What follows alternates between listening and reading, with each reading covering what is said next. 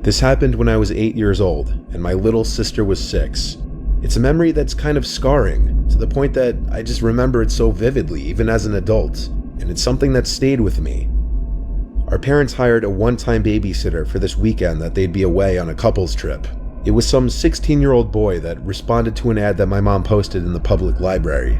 He happened to go to the high school that my parents went to, so I feel like they felt a safer connection with him. He was watching us for 3 nights from Thursday to Sunday. His name was Nathan. I don't know his last name. If I did, I'd say it. Most of the first night is a blur. I was only 8 after all.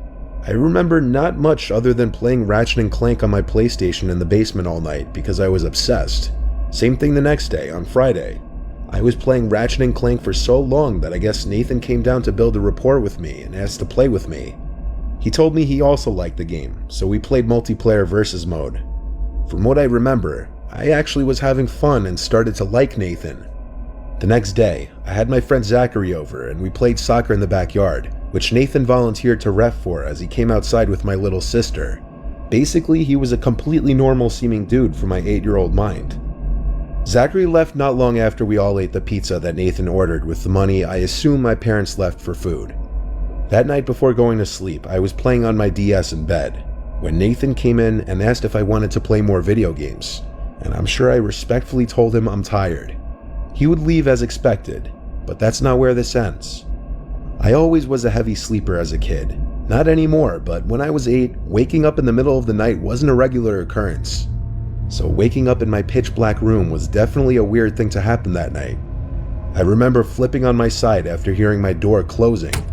I looked across the room towards the door, and as my eyes adjusted to the dark, I saw someone standing in the corner of the room, and before I could digest what was happening and scream or react in any way, I heard Nathan go shh and whisper, "It's me."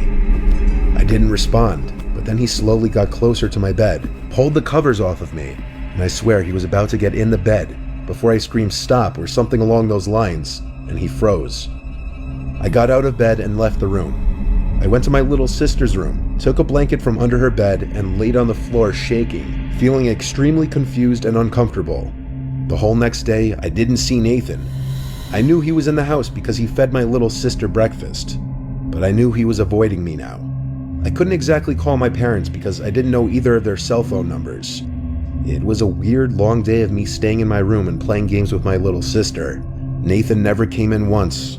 That night, I couldn't sleep for obvious reasons, and I don't know how much time passed before hearing my door creak open again. This time I didn't look up.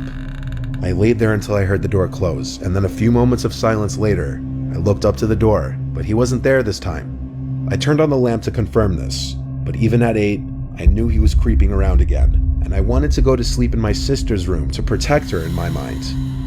I got up and took my pillows and blanket to my sister's room, and lo and behold, Nathan was already halfway towards my sister's bed in the pitch black room. I yelled at him to get away from her, and he told me to calm down, he's just checking on her.